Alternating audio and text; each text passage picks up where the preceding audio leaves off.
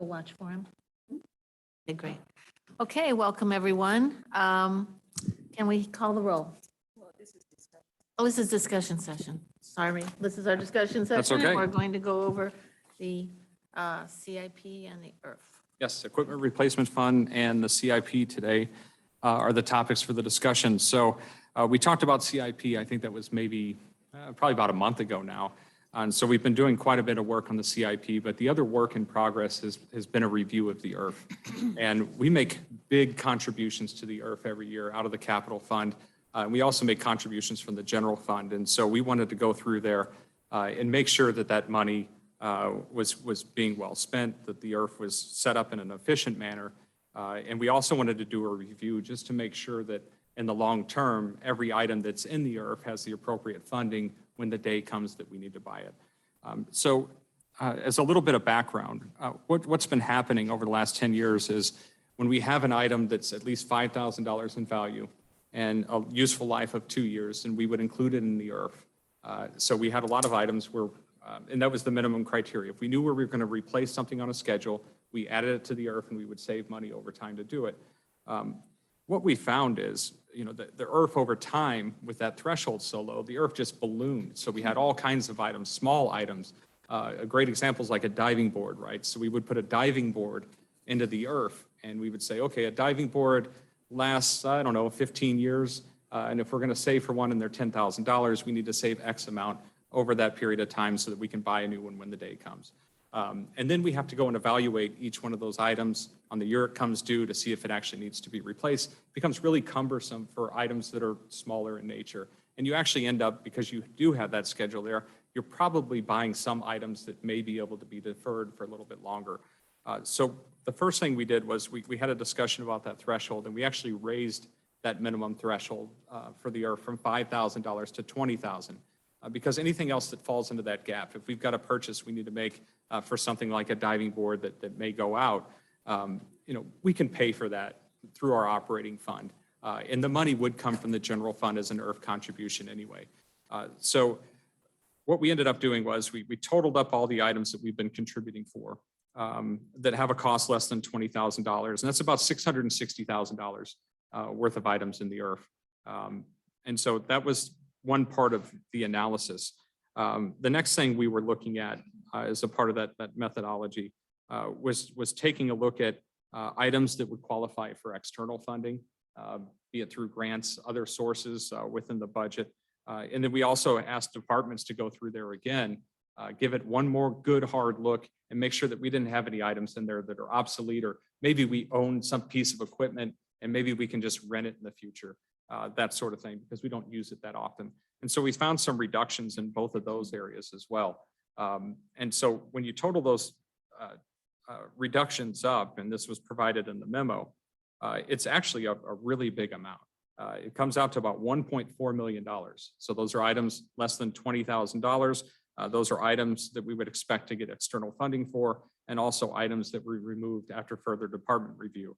So $1.4 million in the IRF, that's a lot of money. And so that was the first piece of the analysis. The second piece was that part I talked about where we wanted to see over time, do we have enough money in the IRF to pay for all the items that are in there? The answer is no, because a lot of items were added over time, say that we're halfway through their life cycle, but there wasn't any kind of catch-up provision. So if something, we had a 20-year funding schedule for it, and we put it in there at year 10, we didn't back fund for those first 10 years. We just contribute for the last 10 years. So there's a gap in there. You've only actually saved half of the money that you need. So there's a gap within the IRF. So we identified what that gap is, and the total gap in the IRF is just under $2.6 million.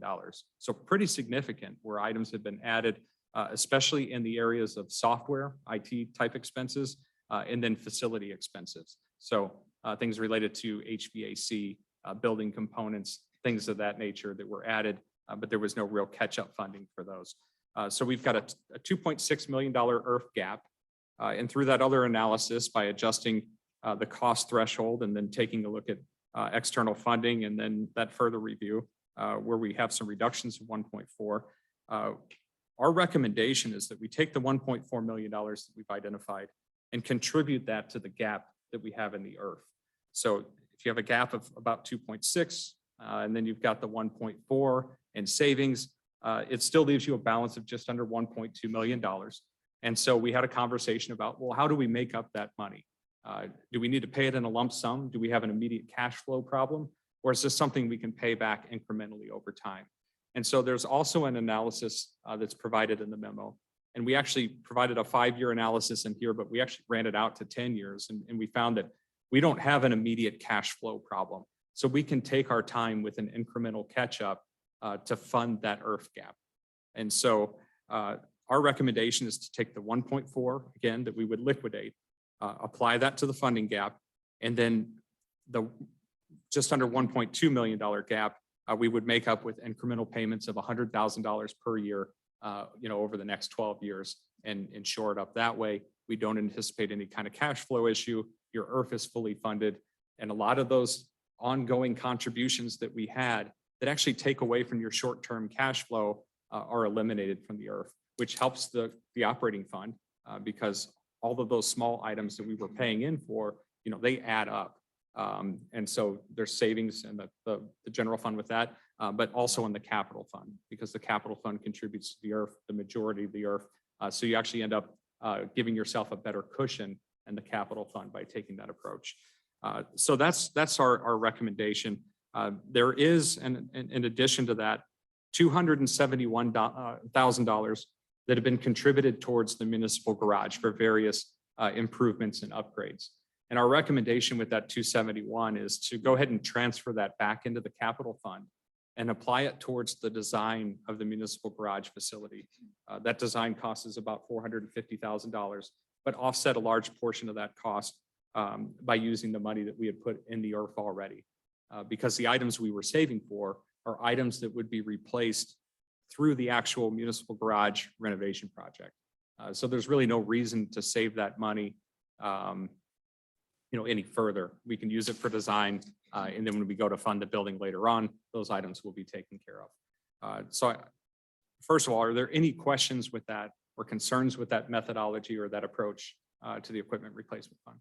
I have a question because it seems that a lot of it, if you're taking out 1.4 million, part of that still will be spent. Correct. So it's not a savings as in overall cost to the Correct. city, because you'll have rental and you'll still be replacing smaller items, and there'll be some savings, especially in administrative and paperwork stuff, because that stuff isn't as burdensome.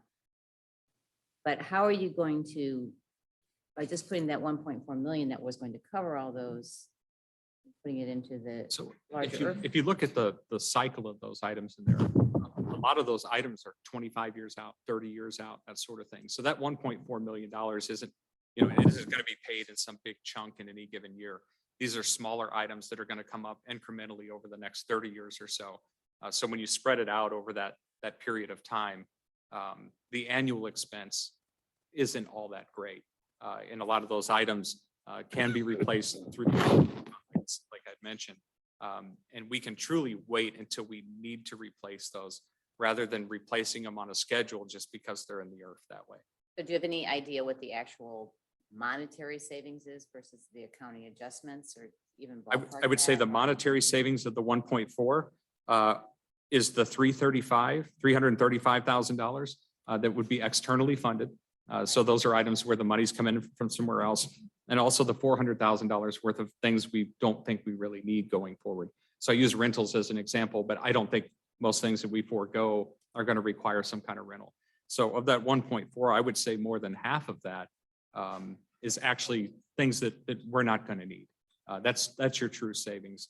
The balance, which is just under $700,000, those are items we will buy over time. But again, that's going to happen incrementally over the next 30 years or so.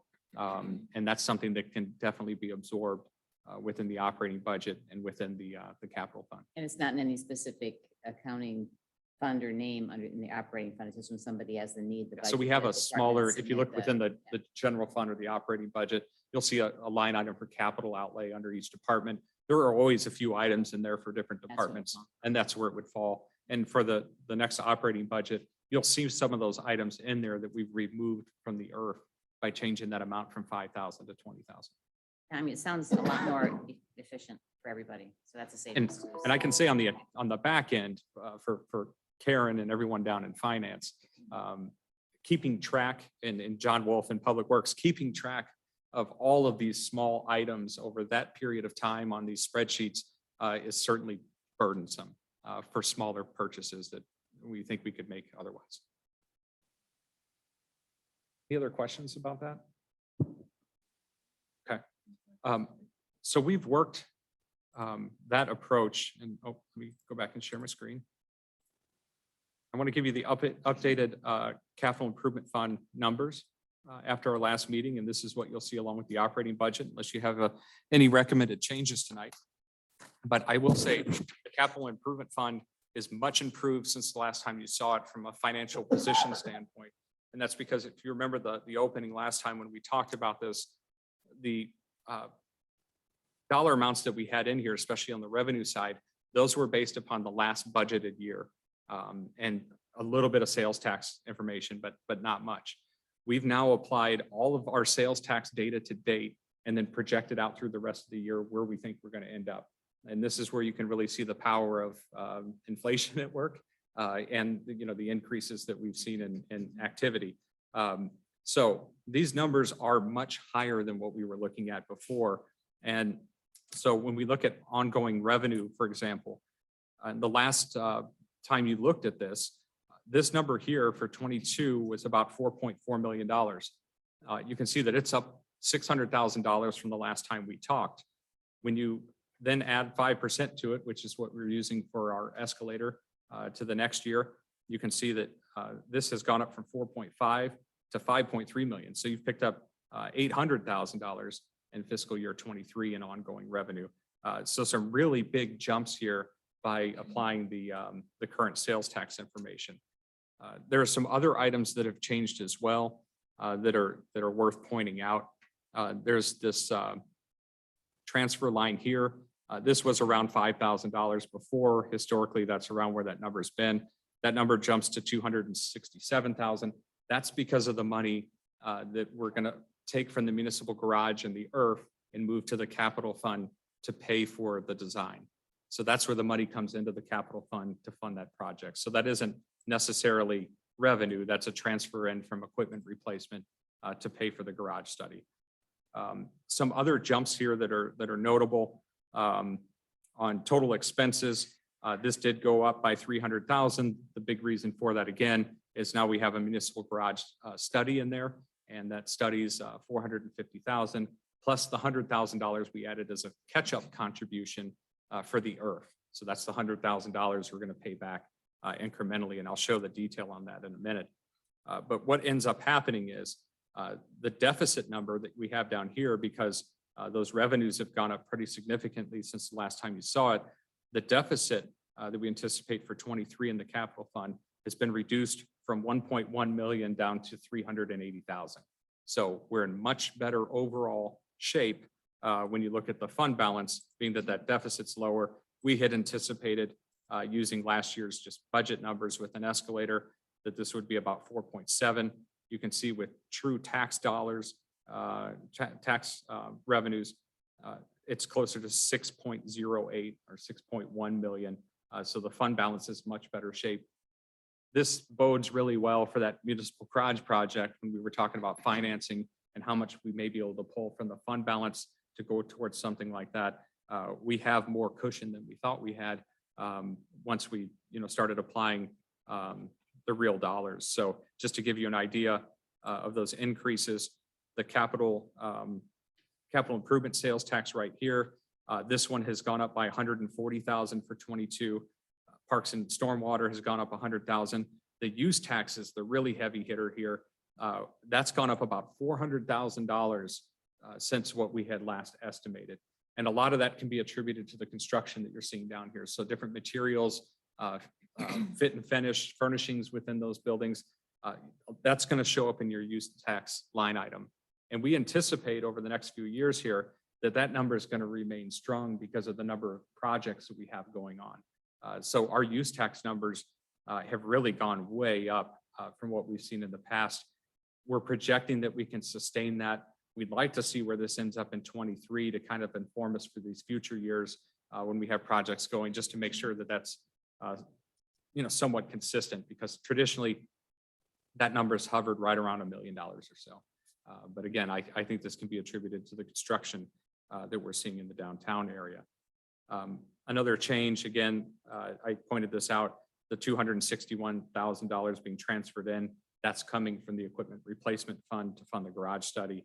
On the expenditure side of things, the transfer to the general fund for operations has actually gone up by $150,000.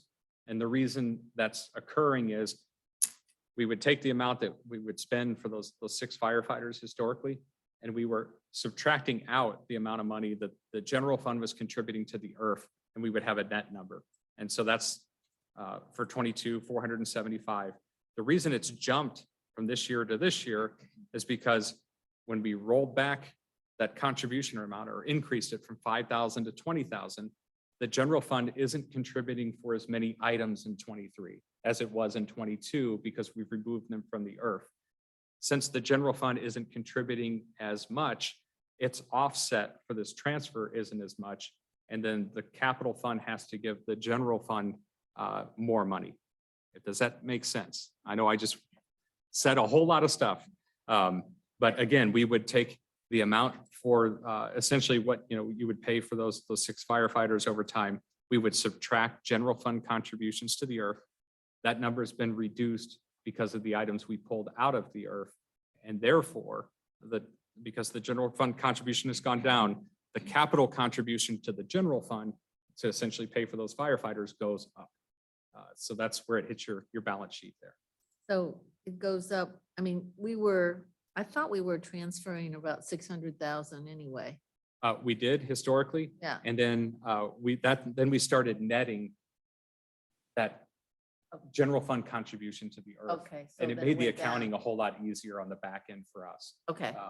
But that amount's Now- always been the same. It's just that the net is going to be less because the general fund is contributing less to the equipment replacement fund Okay. because we've taken out all those little small items. Okay. So sorry to confuse everybody with a $150,000 difference, but I think it's worth mentioning. The transfer to the IRF from the capital fund. So again, when we pulled out those smaller items, your contribution goes down when that happens. So you can see the decrease here year over year from $2 million down to about $1.67 million. So there's some expenditure savings there that we're seeing, and that spreads out over time as well. So when it's all said and done, again, your fund balance is in a much better position. Here's that $100,000 IRF gap contribution. So we've just spread that out over the remainder of the 5-year CIP. And down below, the only change on the expenditure side related to projects is right here, the municipal garage renovation. So we're going to pay the design costs at $450,000. And again, the fund balance looks really good right now. But once that design's done and we know what the cost is for the garage, you're going to start to see that project pop up here. And I'm sure we're going to, whittle down that fund balance somewhat, paying for that project and buying down the amount that we'll actually have to finance to do the garage. So that's the CIP update. Again, we're in much better shape from a revenue standpoint than what we looked at last time. So that's all good news to report. And we've taken the changes to the IRF, and those have all been reflected in this final document. So I'm happy to take any questions that you have about those changes or anything related to capital. I have one thing, Yes. so we've taken into account the increased sales tax that's coming in now, which is great. And we're projecting plus 5% for the foreseeable future. Just for 23. Okay. And then we've backed it back down to a normal level in 24 and beyond. Of what? We went to, did we go 3, then 2 after that? I think we went to 3% in 24 and then 2% after that. So we think from what we can tell and what people are saying out there, you're going to continue to see inflation for a while. We do think we're still going to see some increase in economic activity in the downtown area and with sales tax, but then it will level off at some point. So Then the other thing is, as far as the expenditures go, the estimates for all the projects that are in here Yes, have not been adjusted for current. that's a great rate. point. They have somewhat, but probably not the 30% jumps that we're seeing right now with projects. So those are going to come in a little bit higher, some of those than what we had anticipated. Some you already see it, especially if the project's been out to bid. This Maryland Park number at 477,000 reflects the actual cost, which is about a Huge. 35% jump there. So these numbers may go up some. This design cost is good. The bigger numbers in here, we're really confident with. Some of these smaller or some of these other project amounts, especially in the out years, who knows where those are going to go. This is probably a little low. That's a great point. We just don't know how to project that really until we see what the construction world is like when we go out. Yeah, I just want to make the point for No, those listening that that's a great point. it's not all rosy because we haven't included the other side of the equation here. And if things are going up 30%, I don't know, we didn't say what kind of increase we're seeing in use tax, for example, versus last year. I don't know if it's 30% or 10%. We're or- up from roughly $1 million to, yeah, so we're up 30%. 30%. 35%. So it's conceivable that costs will go up that same amount for the foreseeable future. So we might not be in the greatest shape. So I just don't want to leave anybody Sure. with that impression. I think we'll be in better shape than what we were looking at. Will it be as good as this shows? Probably not, because some of those project numbers are going to come in higher. When you ask about the use tax and the fact that it went up about 35%, again, that's consistent with what we're seeing in construction cost increases. And if most of your use tax is construction related, then that makes sense that you're seeing about a 35% increase on the use tax year over year. Okay, great. Thank you. Any other questions about the capital fund? And if not, we will work this into the budget. We will have a separate resolution to approve the capital fund. We approve it by the 5-year capital improvement plan, and then the capital fund itself. And those expenditures will all be within the operating budget or the actual budget presentation when we do that on August the 12th. So August 12th will be our next meeting on the general fund. Great, thank you. That's great. And I just want to compliment you, Karen, and of course you, David, and Kayla, who's not here to be complimented, about kind of unearthing some of these little, not discrepancies, but just changes that we needed to make in the way we're accounting for this and looking at Yeah, these capital fund. They truly found, expenditures. as we went through all those department heads looking for items that we could pull and that sort of thing, truly found, $700,000 worth of savings within the IRF. And I think this methodology going forward is going to be a good thing for us and certainly free up some room in both capital and operating. So yeah, great work by everybody. Thank you. I think we're ready to go into a closed session, but do we need to make a motion or anything or? We since- would we need a roll call before we make that motion? How do we? Okay. Yes. Okay, so yes, go ahead and call the roll, I guess. Alderman Lentz, Alderman Berkowitz, Here. Alderwoman McAndrew. Here. Alderwoman Buse. Here. Alderwoman Patel. Alderman Fader. Here. Mayor Harris. Here. City Manager Gibson. Here. City Attorney O'Keefe. Thank you. Okay. So now we'll make the motion. Mr. Fader, Specialty. your specialty. Mhm.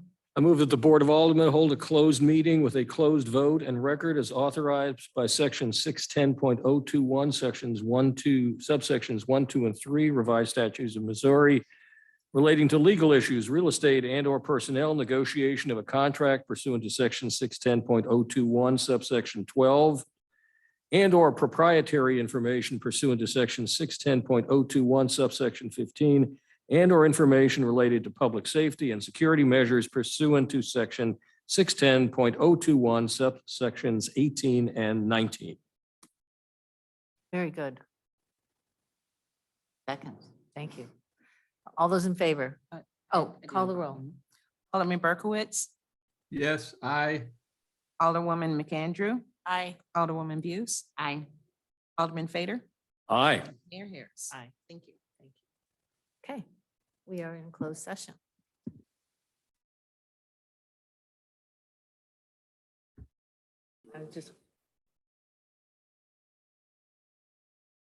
All right. Well, welcome to our July 26th meeting. And will the city clerk please call the roll?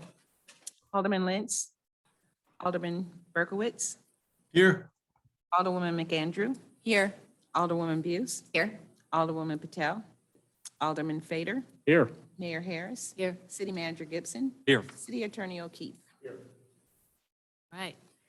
We have a need to approve our minutes from July 12th, so I'd like a motion there. I will approve the minutes from July 12th. You'll make a motion to approve I them? will Motion. to approve the minutes from July 12th. Okay. Second. Okay, very good. All in favor? Aye. Aye. Aye. Any opposed? All right. And then now we have the time for our public requests and petitions for anything that is not on our agenda tonight. And I see we have some people in our Zoom audience. We have a couple of guests here. Does anybody have anything for us that's not on the agenda tonight? I don't see anything. So we will move on to the public hearing for the CUP for 7529 Forsyth Boulevard. I will open the public hearing and request proof of publication. Thank you, Mayor. This is a public hearing and resolution approving an application for a conditional use permit submitted by 7529 Forsyth LLC to allow the restoration of 2 residential units in the existing building. The subject property is zoned C2 General Commercial District and is located in the Forsyth Station TOD. Multifamily residential uses are allowable in the Forsyth Station TOD as part of a mixed-use building, provided a conditional use permit is approved by the Board of Aldermen. The site is currently developed with a 3-story multi-tenant building. The building was originally constructed in 1918 with commercial retail on the first floor and residential above. The residential above was then converted to small office uses. The applicant proposes to restore the residential use to the upper floors while maintaining the commercial and retail space on the ground floor.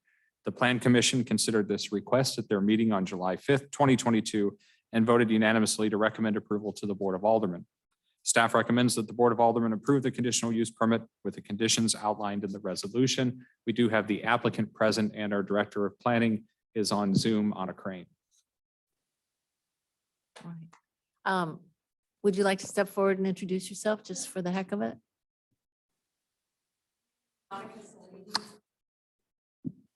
Mike, Oh. There's a button at the bottom. Oh, okay. There you go. Yes, my name is Monica Salibi. We are the owners of the property at 7529 Forsyth. And we are just restoring them back to what they were before. Apartments. 2 apartments, correct? Great. Does anybody have any questions or comments? Yes, Gary. Just a quick way, I see the normal requirements for parking for the people in the residential will be 2 parking spaces. But that's waived because of the way it's zoned here. And then it says in our summary, but there are other opportunities for parking. Can you give us any insight as to where someone lives there who needs that second space, where they would likely park? We have 1 parking spot on our lot, and then we're allowed residential parking on the street. The person So- would most likely park on the street there if they had a second With the car. residential sticker. If they're an occupant, it's been like that for 50, 60 years. Okay, thank you. Anything else? You can sit down if you like. Okay, Thank you very thank much for you. coming tonight. All right, and so I will close the public hearing. I'd like There's to- nobody on here. And yes, I'll close the public hearing. And Alderman Berkowitz. I'd like to move to approve resolution 2022-16, granting a conditional use permit for 7629 Forsyth Boulevard. You Somebody say needs a second. 76 or 70? I think it's 7529. 7529 Forsyth Boulevard. You're right. My eyes were tricking me. 7529 Forsyth Boulevard. Thank you. Second. All those in favor? All right. Aye. Aye. Any opposed? All right, you got it. Thanks. Okay, now we're ready for the city manager's report. All right. Thank you, Mayor. The first item is an ordinance. This is an ordinance approving the Missouri Highways and Transportation Commission agreement for the Central Business District Resurfacing Phase 2 project. In February of 2021, the city of Clayton applied for a grant from the East-West Gateway Council of Governments to resurface portions of the Central Business District. This includes North Brentwood Boulevard, Central Avenue, Beamiston Avenue, and Carondelet Avenue for the third year in a row. So we actually tried this multiple times. The project qualified for funding through the Surface Transportation Program. The project also includes portions of South Beamiston Avenue and Carondelet Avenue that are not eligible for grant reimbursement. In November of 2021, the city received notification that the project was approved for funding by East-West Gateway, and the attached program agreement that was in the packet was received in July of 2022. The total project cost is estimated to be $1,239,600. 65% or $800,000 of the estimated project cost will be reimbursable through East-West Gateway's Transportation Improvement Program, or the TIP program. The city will be responsible for $439,600 of the estimated total. The project design, property acquisition, and construction inspection will be funded by the city, are included in the above estimates. The design contract, which includes phases 1 and 2, was approved by the Board of Aldermen in December of 2022. This project is budgeted over multiple years with construction scheduled for 2024, and this was included in the CIP that we looked at earlier tonight. Project improvements will include the milling and replacement of 2 inches of asphalt, replacement of select curb and gutter, improvement of curb ramps to ADA standards, pavement base repair, bicycle share markings and signage, and the installation of brick paver crosswalks. Staff recommends that the Board of Aldermen approve the ordinance authorizing execution of an agreement with Missouri Highways and Transportation Commission for the funding of the Central Business District Resurfacing Phase 2 project. And our Director of Public Works, Matt Malik, is here this evening to answer any questions you may have. Very good, thank you. I will just first go to the audience and the Zoom audience as well and see if there's any discussion or questions out there. No, okay, very good. I think we probably have some questions up here. Matt, you might want to come on up.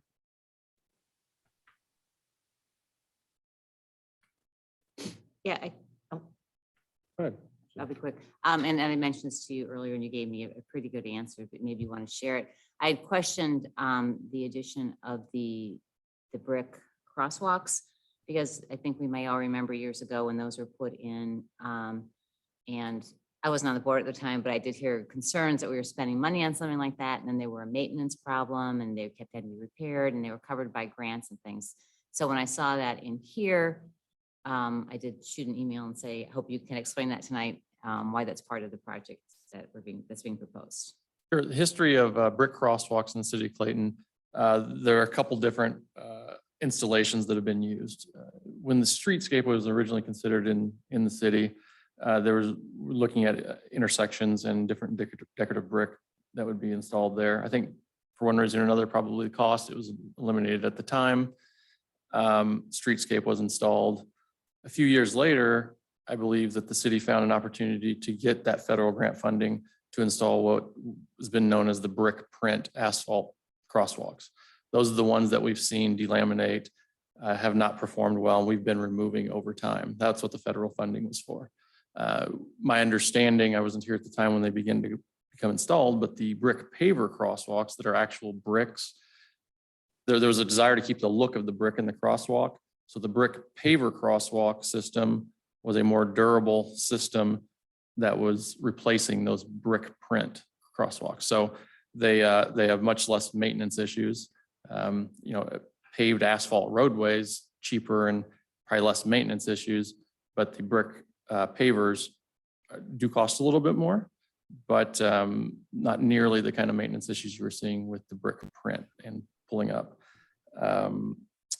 These have been installed with our different streetscape projects in town. They were installed on Maryland Avenue most recently.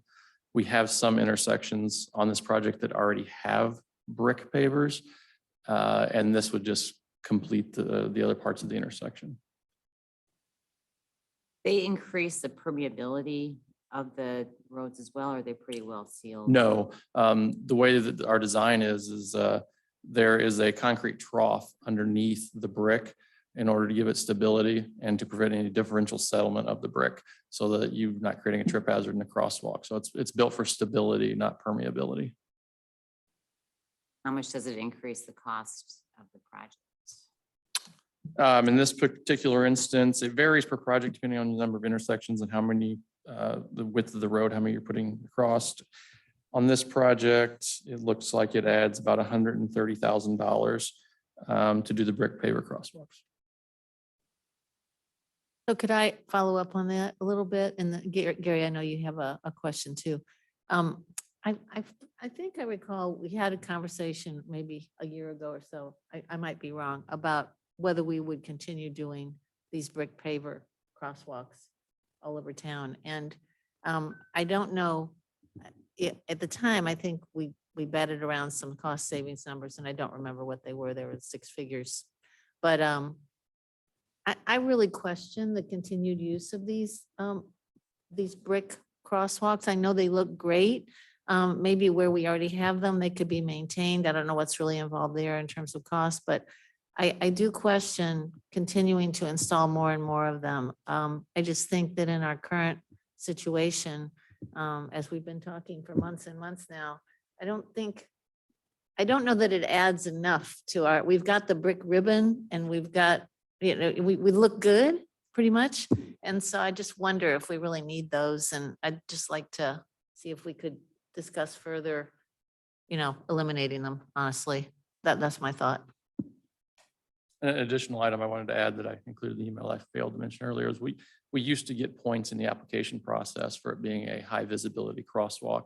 That is no longer the case. They further refined that now where it's a certain stripe and look where you don't get that with these. That's why the non-participatory item, because it was kind of an extra and it didn't incentivize or make that cost per mile better for our application. Do you think it makes a crosswalk safer though? Or do you think they are more visible? Is there any data on that? Or even if we don't get points for it? Right. I mean, having a visual difference, it certainly can, but it does prevent you from doing different crosswalks in certain areas like the Continental crosswalk, which is the white dash lines that cross the road rather than that run parallel with the road rather than the 2 lines that cross it. So it does provide some visual distinction, but high visibility could be personal judgment. Is there an accessibility issue in terms of whether it be a blind person who's trying to figure out whether he's actually in the crosswalk or not? Does that apply? It does provide a different texture. So I think there can be different accessibility issues. Like you mentioned, somebody with sight impairment could feel the different texture where someone that's maybe in a wheelchair, if there's a differential settlement going on, it might provide something that could be an impediment if it's not properly maintained. Asphalt is probably easier to maintain and cheaper overall, but again, it was an aesthetic choice at the time with the brick. Ira, there's those little rubber bump pads when you enter the crosswalk, so you'd know you're in the crosswalk from there, right? Yeah, and I was going to add too, that people in wheelchairs, which I know a little more about, they actually would rather have a smoother surface than anything else. So, I mean, as long as they can see the crosswalk and they're within the lines, they'd rather it be smooth than be rocky at all. So I would agree. Just throwing that in. So go ahead, Gary. Oh, you had well, something. I'm kind of late to the party because I was going to say pretty much the same thing, but the word that struck me in the summary was installation of brick paver crosswalks, which made me wonder, are we putting something in? Because when I'm downtown, probably the one thing that disturbs me more than anything is how crummy, I had to catch myself, how crummy the brick, those crosswalks look. And it really, I think, brings the city down. I mean, I'd much rather not have anything there that's brick rather than have the kind of brick, crosswalks we have right now. So whatever the compromise is, I think what we've got looks very shabby, and either we go back to zero, but I was concerned that this didn't address the repair and replacement of what we have, maybe it's just terminology, but installation made me think we already got this problem. Now we're going to add some more. So that looked like not a good way to go. We have run into situations where with utility work, there are some things that show themselves later, which they don't right away. Maybe you get contractors that are restoring that aren't familiar with that as much as they would be as regular asphalt. So that's a point taken. And it is something with this project. This would actually eliminate the last of the brick print that was the problem product in town with this project, and kind of finish out the crosswalk. So it was getting to a completion of that, but yeah, there's certainly, if you're just doing asphalt pavement, it's much, it's going to be cheaper and easier to maintain for more folks. So what needs to happen if the board, what do we need to do if we wanted to kind of switch to non-brick crosswalks at this point? I would probably just say some form of guidance from the board in whatever capacity that's in to, since it's been considered part of our streetscape, Yeah. just to give guidance. Not that we would go out there removing them, but as we did future projects, then we would have that guidance and something to reference in the future. So how do we, I'm What's that? not personally opposed to get rid of all of them, but at least some sort of logic as to, it would be nice and a few selective places with some criteria to have these brick crosswalks, but doesn't need to be everywhere. So, I mean, I think if there's some approach to this that sort of selectively determines where to put these and does asphalt otherwise, that I think might be a good compromise and seem economically, more prudent on our part. I was just gonna, isn't Matt, just because I feel like, again, I know we talked about this with Maryland because it came up last year. The brick, I mean, I know that they last a long time. Yes. But do they have to be redone every 20 years when the streets are redone? Or do you know what I mean? Like, does the brick print come up every time we redo a street too? Or is that So brick print was the stamped brick. asphalt. getting rid of? the one No. that, I know we're getting rid of the bad stuff, the new stuff though? Like, so the new bricks that went in on Maryland, don't they last up to 50 or 60 years? I thought. Yes, they, So when we redo the street, when Maryland gets redone in 20 years, those can potentially stay in place while we're redoing the rest of the street, correct. What we'll see sometimes is we may have to re-pour the side of the concrete trench. right? We got like some instances on Maryland where that's starting to fail from the streetscape that was installed in 98. So we'll want to look at that. So the bricks though, and the bricks can be taken out, reset in their base and reused too over that time. So while we might have to do something to correct some of the issues we're seeing with undulations that might appear following some other construction, the bricks do last longer and can be reused. And then, does this project kind of, I know you said this project will get rid of all the big brick print, which was a huge part of my elections. That was the most commonly asked question when I was running, the first time and the second time, will this kind of complete then the streetscape in downtown? Or are there there's multiple other crosswalks in downtown that don't have this? So when we talk about streetscape, there's a couple factors to it. And a lot of times when we talk about streetscapes in relation to development, and many times development doesn't cross a street and impact the crosswalk. So it usually is a city kind of driven component that gets installed. So it is matching in the aesthetic of the streetscape and it would complete the crosswalks. I think that gets all of them unless we have a known development that we were holding a couple on, but yeah, it would complete those. And it would also, I think with this project, we're also getting up to date on all of our curb ramps per our ADA transition plan to get those compliant. And it would be the last of the pink microsurfacing, just as we're talking about wrapping other things. And I was just saying, I apologize, this is a little off topic, but I just kind of wanted to, so I've been in a few cities this summer and this spring where they do diagonal walks. Like as you get into busier urban areas, people walk diagonal rather than, like straight. They walk literally right across the intersection. So everybody walks at once, like you go like this. Yep.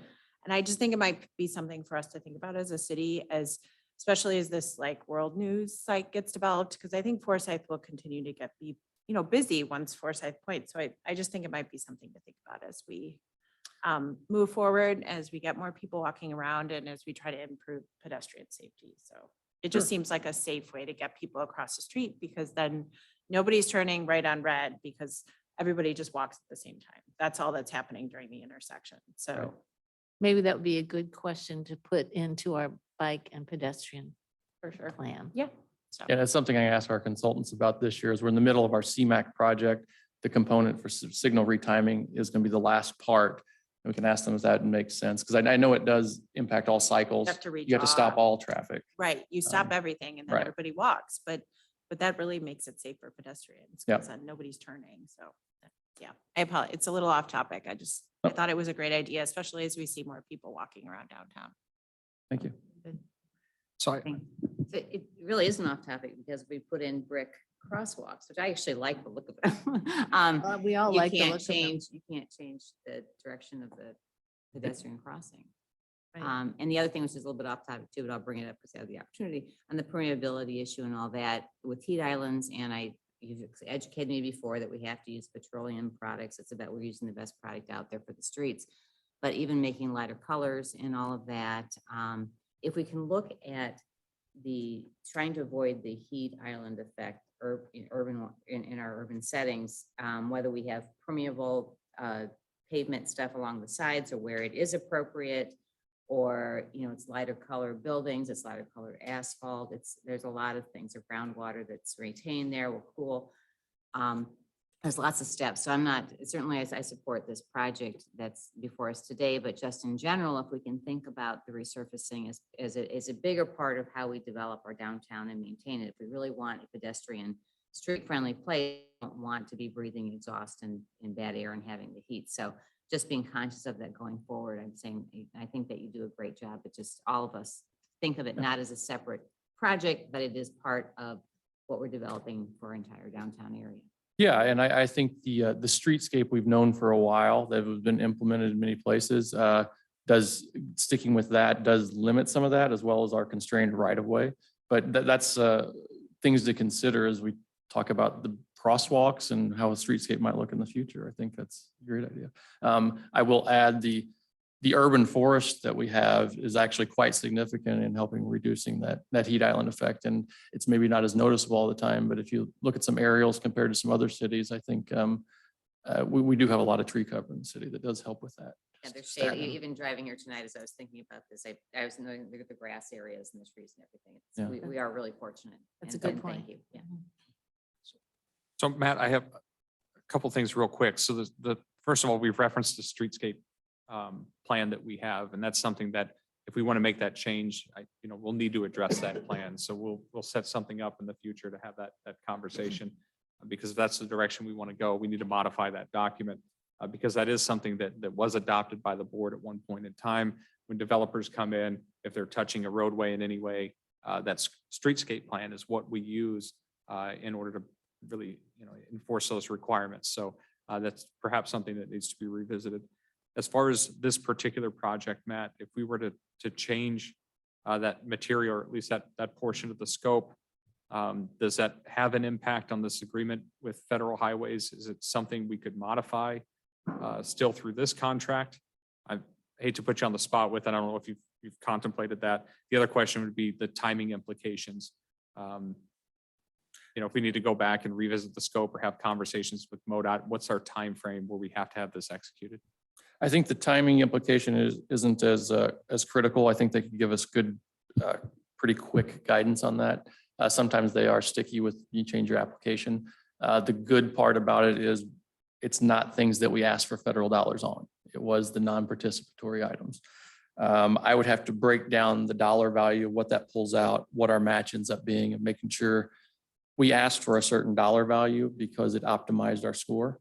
So that might lead to us, if it affects the total dollar value percentage we asked for, it might lead to us to lowering the score. Right. Or to keep the score, we maybe don't save the money and pick up more project costs Potentially. to keep the match balance the same. I think it's a combination of doing a little math to figure that number and conversation with MoDOT to confirm, but it could be possible. All right. So if the board wants to go that direction, the action to take tonight would be to table or postpone this and allow us to have those conversations with MoDOT and figure out what the implications would be to this particular scope of work and application, and make sure that we don't somehow jeopardize the federal funding by changing that scope or removing that component. And I would add, I don't have the breakdown per intersection, but if we were to remove them in this particular project, I think we have some intersections where 2 legs are currently brick, but the other 2 legs are brick print. So those would just remain brick and the other ones would go to asphalt if we were to pull those out. I could get the exact breakdown on the map, but that's a potential too. The other option would be if we kept this particular project as is and going forward. Away from the. That's an option as well, is to approve it as is and then address the streetscape plan after this one's been approved. And as Matt says, this kind of finishes out those larger downtown areas that the board had identified previously. So that's always a route you can go as well. I don't know what the feeling of the board is on whether or not it be included in this project, but those are your 2 avenues: approve as is or table this, and we'd have to do some research before the next meeting. Well, my thought would be, I don't know what the savings will be from switching at this point for this contract, but if we save in 6 figures and we, and it doesn't affect the total, grant application or whatever, and maybe you can swap out some of the, replace with other projects that you need to do that could fit in here. I think we should at least look at that, because I would like to know what the savings would be. And if it's not significant, okay, because to Bridget's point, once they're in for a while. Mm. But, on the other hand, when you do have to take them out for repaving and all that, that's labor that we have to spend, and, it's still costs. So if it's okay, can we look at it and then decide? Yeah, to a few clarifications. We don't take them out every time we resurface, so I didn't want that to be thought that's the Oh, okay. process. We could if we needed to repair them. The overall value for this project does get into 6 figures. It's about $131,000. Okay. But if we're thinking about exploring that, I would recommend probably tabling that and getting a little bit more information I can bring back. Yeah, we just need to make sure that we would still get the federal funding if our match amount was Yes, to change. If they needed to absolutely. preserve the match and we're still paying that amount out, then you're better off getting the upgraded crosswalks.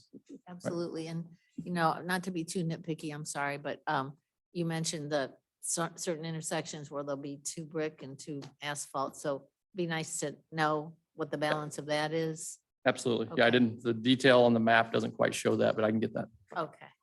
All right, great. Thank you, Matt. Thanks for Thank your you. patience. Okay, so we need a motion to table this until our next meeting. Ira, you're muted. Do we want to get still public input at this point? Open it for the public? We asked for it up Question. front, but we can ask again. Now that we've had our discussion, it might be Yeah. interesting. to see if Is there's there any public input?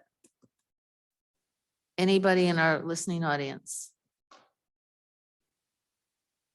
Okay, I'm not seeing any hands go up. Okay. So Ira, do you want to make a motion to table Yeah, this? Yeah, I'll be happy to. Okay, I'd like to make a motion to table this discussion with regards to bill number 6905 for a future meeting. Second. All those in favor? Aye. Aye. Any opposed? All right, very good. Matt, thank you again. Okay, we're moving on to the conflicts of interest. Yes, in 1991, the Missouri General Assembly adopted the Ethics Personal Finance Disclosure Law, which affects municipalities with an annual operating budget in excess of $1 million. The ethics legislation allowed political subdivisions to establish their own method of disclosing potential conflicts of interest and substantial interests.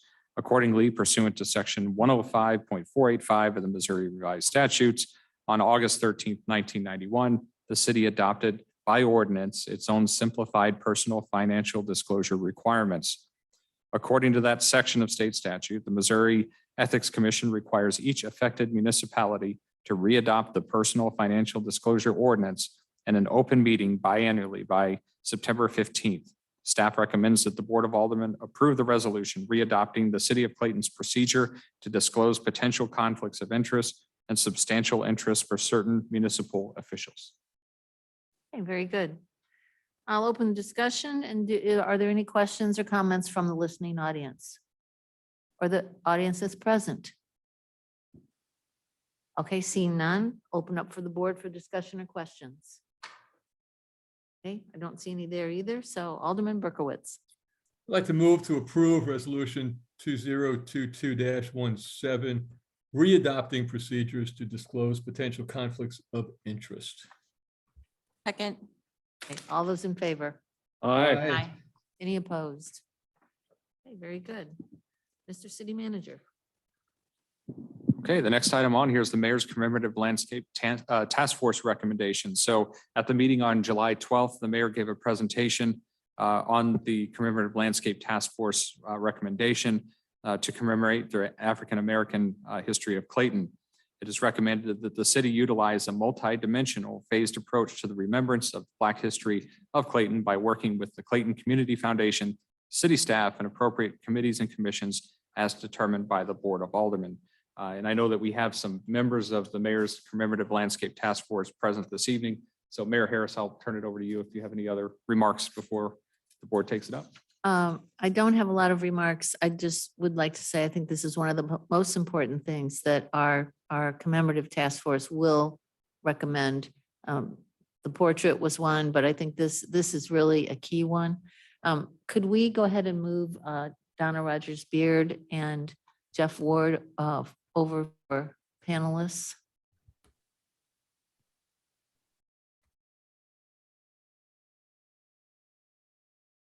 Okay. I cannot see them on the screen, but maybe I don't need to. Oh, here they come. Here they come. Okay. I don't see Donna yet, but I just wanted to, again, remind our board of what fantastic resources we have in our population here in Clayton and beyond that help us with all of these great projects. And we have in our audience, Chris Schmies, who is a Clayton resident and is on this task force and has contributed greatly, also sits on the Equity Commission. Jeff Ward, who is a professor of sociology and African-American studies, and I probably didn't catch it all, but a lot of things at Washington University, and who's been critical in writing these recommendations and doing research. And last but not least, Donna Rogers-Beard, who has kind of become an ad hoc member of our task force, but gets the credit for doing most, if not, 90% of the research on this neighborhood that we are looking to recognize. And Donna, we really appreciate you so much and all the help you've given the task force as well. So I would just like, before you guys have any comments, which you may not, I think generally everybody's pretty supportive of this, but I'd like to ask Jeff if you would like to make any comments up front here, since you didn't get a chance to present it as planned.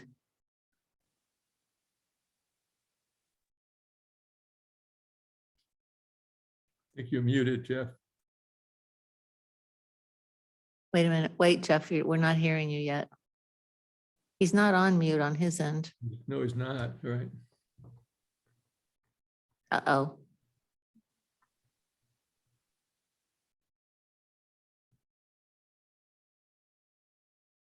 Now you're mute. You look muted on the screen. Like the mute button is on.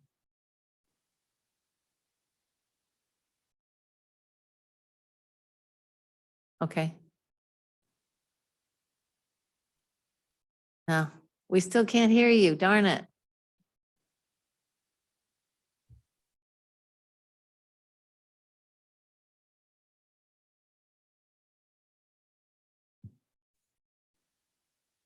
Nope. What do you think's going on? He didn't say he's having. Said that? Having audio Yeah, issues. okay. Hear me now?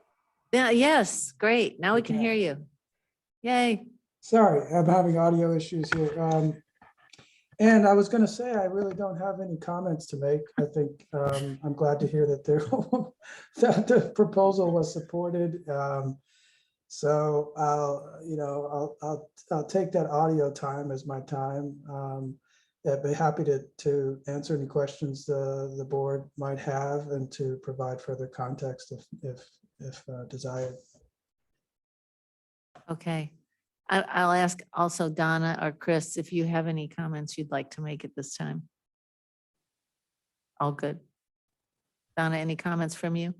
Yeah, I'm sorry I couldn't be there in person, but I thank the board for hopefully taking the first step to officially recognize and commemorate this community that existed 3 to 4 generations and was an integral part of Clayton's history. But remember, it's also important to remember that they lived and thrived here, and it's crucial to appreciate the circumstances that led to the destruction of this economically and racially diverse community. I'm just happy to be part of the process. Excellent, excellent comment. Any questions from any of you guys while we have these experts here? I'd say the comments at the last meeting, people were fairly overwhelmed by the amount of appendages and information attached to this recommendation. That's good. We have a lot. This is a rich mine of information about that community that we can put out. Yeah. Susan. I regret that I missed that prior meeting, and I thank everybody who's worked on this. And I think in reading over this and looking at the other information, one of the things that struck me, and I guess leads to my question, is when it says, by telling the history of our African-American community, we are recognizing the true history of diversity and the pursuit of equity and inclusion, building a foundation for a more inclusive future. So in doing this, I think we do have to know our history, because, you know, what is it? Know your history or you repeat it. But in knowing the history, it is just a foundation of where we need to go to be that inclusive community that we want. And I don't know if there's been any discussions in the task force on steps beyond getting the history out there, or what you all envision. This is huge. I mean, this is enough for now too, but I'm just asking. Yeah. Jeff, you want to take that one? Well, I don't know that we've discussed, I don't believe we've discussed at any length what a longer term strategy would involve. I know, you know, I've been a part of conversations with groups like the Equity Commission, discussing things like the Arts Festival and the sort of other events in the city that are opportunities to engage broader community and invite people in and so forth, and kind of rebrand Clayton to some extent. You know, I think that's part of the answer to that question, but our task force has really been focused at this point on this plan for a phased, multidimensional approach to remembrance of this community and really telling the story, which I think is important, in part to just disabuse people of the notion that Clayton has always been a white place. You know, that, you know, it's just not true. And though it was not a, you know, majority Black community, there was a significant and you know, important community that contributed to the early history of the city. And so we think that in prioritizing this remembrance, including acknowledgement and disavowal of the policies and practices that led to its decline, we position our city to be better understood and embraced as a welcoming, inclusive community, including not only by African Americans, but by non-Black residents of Clayton, and who can sort of see themselves in our community. I'm also a resident, can see our community perhaps in a different way. Right. So does that answer? I mean, we talked mostly about different phases of commemoration, and but Jeff actually has lots of ideas about different other organizations and events that we can connect to kind of expand the impact of what we're doing. The work is great, and awareness is the necessary foundation, as you all put in your document. So, And I think I appreciate it. what I'm looking forward to is when we get the display up about Ralph Clayton's portrait, when we get at least the first steps of this commemoration in place, a plaque or whatever it might be at a site, just the first simple step, that we can start communicating to the community about this and start educating. You know, we need Chris is the communications expert on this team, and she will tell you, I mean, we need something to talk about and something to draw people to. And some of these events will do that. And I hope the Equity Commission will jump in and help us with that too. Yeah. Okay, very good. Any further comments or anything? Okay. In that case, I think we're ready to vote on this recommendation. Alderman Berkowitz. I'd like to move to approve the mayor's commemorative landscape task force recommendation. Second. All those in favor? Aye. Aye. Any opposed? Okay, we've got it. And the next step is the lovely Andrea will help us with a plan to implement this commemoration. You'll get back to us with that in sometime soon. Okay, very good. All right. And the last thing on the agenda is the community engagement piece. Yes, and this is just a follow-up to the conversation we had 2 weeks ago on July the 12th. I gave a brief synopsis of our, Wait, one second. Sorry, I'm getting ahead of I tend to race through our agendas and not think. Thank you guys, Commemoration Task Force, for coming. Thanks for taking your time out. Appreciate it. You added a lot to our meetings and you're adding a lot to our community. And if you would like, you can go away now because we're just going to talk about something else that you probably don't care about. So, all right, thank you. Sorry. That's fine. All right, so yes, again, this was a follow-up to the conversation we had on July the 12th, where we talked about our methodology for community engagement this fall, where we go out to the community and really tell the story of the city's finances on the operating side and talk about service levels and potential changes there or additional streams of revenue. So we had talked about a traditional survey. We had also talked about a specialized engagement tool, specifically the Balancing Act tool. And so what came out of that was a direction to go and seek some advice or at least get an opinion on these tools and how they best be utilized. We did that. Andrea had a conversation with an individual that works in this area who wasn't familiar at all with Balancing Act. And so what we heard from that conversation was absolutely do both. The traditional survey will give you the statistically significant results that you're looking for, but the Balancing Act tool is going to gauge people that are less likely to do those surveys, the people that want the interactive interface that you get with the online product. But also in the biggest benefit to the Balancing Act program, again, is the educational component. And we talked about that quite a bit at the last meeting. The fact that you interact with the budget, the fact that you can front load it with a video, it tells you a story as you participate with the program. So you don't get any of that with a traditional paper survey that comes in the mail. You may have a little bit of information at the top for context, and then you just start filling in bubbles. When you use the interactive tools such as Balancing Act, really you're learning as you interact with it. So that was the advice that we got, was to go ahead and utilize both and see what kind of results you get with the new online tool, because it's something we haven't utilized in the past. So that was one part of the conversation and really the biggest part. The second part was we did mention this other engagement platform that we'll be utilizing. We've actually already purchased it. I know that Andrea and Gabby Macaluso, our communications manager, are going to work to build the city's site, but it's a product called Bang the Table. I included a 4-minute demo video and also an example from another community in the packet. There's links, live links in the memo if you click on it to get an idea of what that looks like. And that isn't really specific to finances the way Balancing Act is. It's more of a generalized communication and survey tool that you use on an ongoing basis.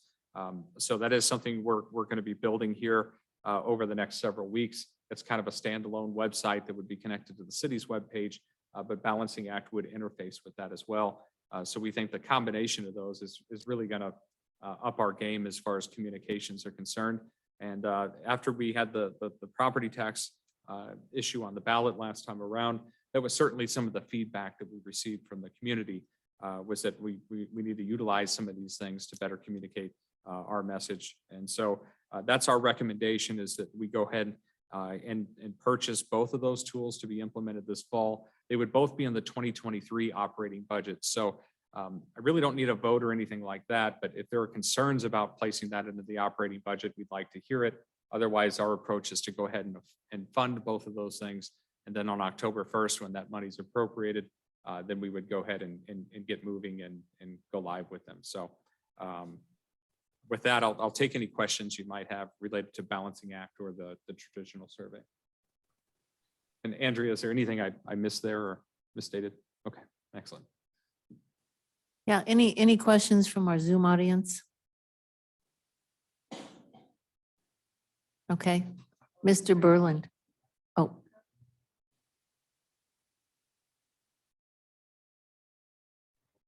Thank you very much.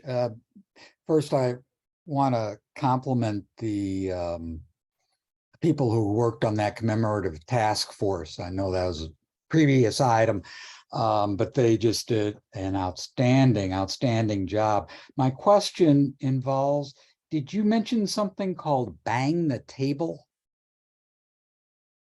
Yes, that's correct. Okay. My question is, number one, what is that? Number two, if it's something you purchase, should that also be included along with the funding for the balancing act and the survey? So the balancing act and the survey, that particular funding will be included in our 2023 operating budget, fiscal year 2023, that goes into effect on October 1st. The Bang the Table product, which is actually put out by a company called Granicus, they're the host of our current website. That product was purchased through the 2022 or the current operating budget. So that's why I have those separated here.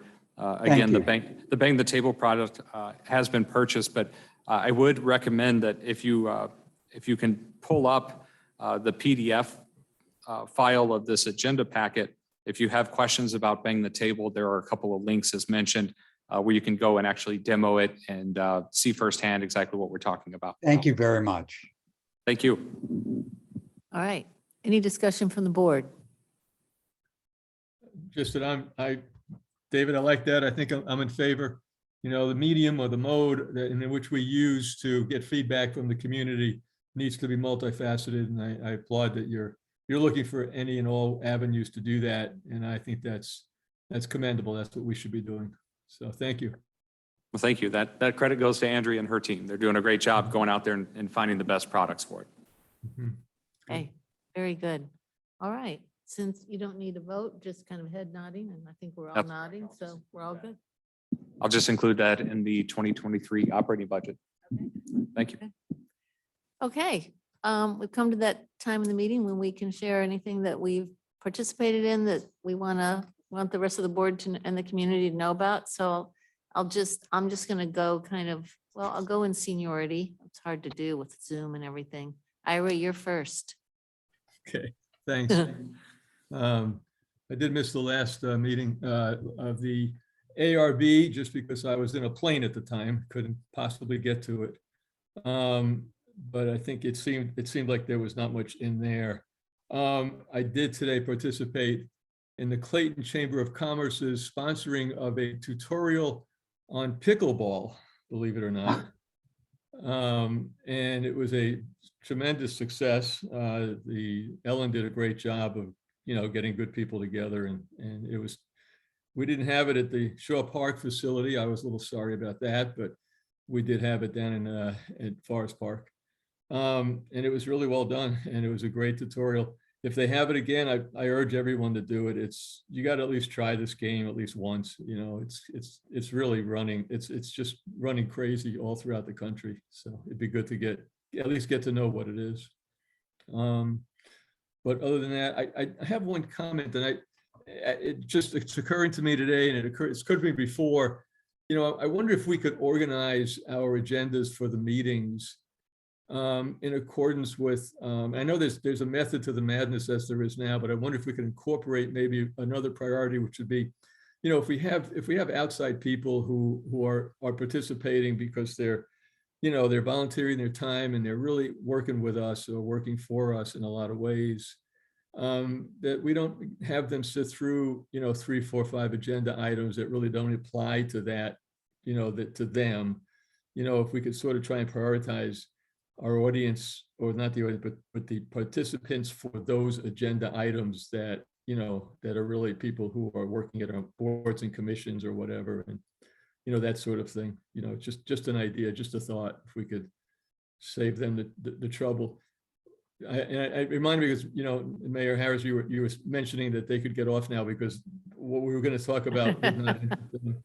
And clearly the first three items did not interest them either, but they were here for them anyway as well. So I just think if there's a way to, you know, focus on that a little bit. So I agree completely, and apologies to the whole world. I did not think of it in time. And I also I hadn't predicted that our discussion, that Matt was going to talk so long. no criticism, or judgment about that. Matt answered all our questions beautifully. So Yes, he did. yeah, he did. So anyway, that's it for me. Okay, all right. Bridget, I don't have anything to report. nothing to report? Susan, not a thing? Mr. Fader? I can't remember if I mentioned last time, but I was very excited to see the bee mural go up. Oh, in yeah. Demont Park. I first went to Demont Park when we were married in 1973. Didn't really go there till our daughter was born in 76, but basically have been going to that park since then, and now have 3 grandkids who've grown up in the area. So it was very exciting to see it done, and hopefully the fundraising can be completed, because it's a very nice addition to that park. And I don't know if, I'm not sure at this point who was copied on this email, but there was something in the press recently about monarch butterflies being on the endangered list now. And so we reached out to our Parks Department. Oh, Tony's gone, but Justin answered the email, and I think maybe we'll be able to possibly convert some of the planned vegetation for Taylor Park to pollinator-friendly stuff, just as, you know, maybe we can do more as a community than we're already doing, which is a lot for the monarch butterflies. So that was good. Okay, I have nothing. Is that pretty much the end of our agenda? Yes, I just have one quick thing to mention. So the Redistricting Commission that the board had formed per the charter did meet and make a recommendation. There's a requirement in the charter that they make that recommendation by August 1st. That recommendation, again, has been made, so that we are now posting public notices for a public hearing that will be held on August 23rd to consider the redistricting option from the Redistricting Committee. So I just wanted to put that out there and let everybody know that that is forthcoming. On August 9th, we are at least going to front load some information, put it out there for both the board and the public at the meeting, just going over the standards for redistricting, what criteria goes into that particular decision. That way, when we get to the meeting on the 23rd, everybody kind of understands the ground rules and what we're trying to achieve there. So just wanted to make that mention that those public notices are going out for the public hearing that will be held on August the 23rd.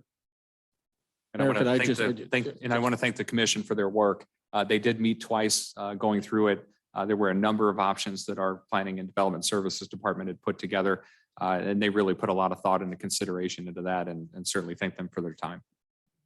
I just want to, it's my impression that a decision needs to be made by the board in September as a matter of law. And so I am concerned that we get all this information out to the public as soon as possible, because since occasionally we are criticized for not spending enough time on important decisions, and having seen the recommended plan, I think it is significant, and I think it's very important that the community get ample opportunity to understand the recommendation and what the alternatives might be. And again, because it has to be such a compressed schedule, since we're almost on August 1st now, only gives us about 6 weeks. So I just think we need to do everything possible to make sure the information is out there, so our public really can participate, if they choose to, in the public hearing in a meaningful way.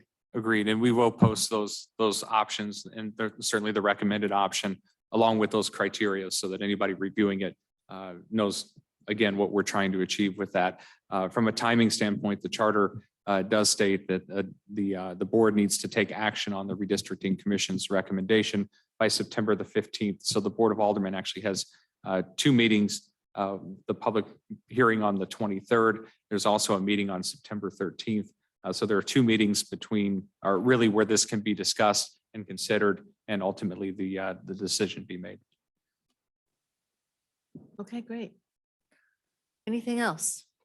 All right, in that case, let's have a motion to adjourn. Mr. Berkowitz, I would like to make a motion to adjourn. we're all coming over to your house. Okay. No, not really. I can tell you're at home. I know. Come on over. That's right. Yeah, do we have a second? Second. All right, all in favor? Aye. Aye. Aye. Any opposed? Okay, that's it. See you next time.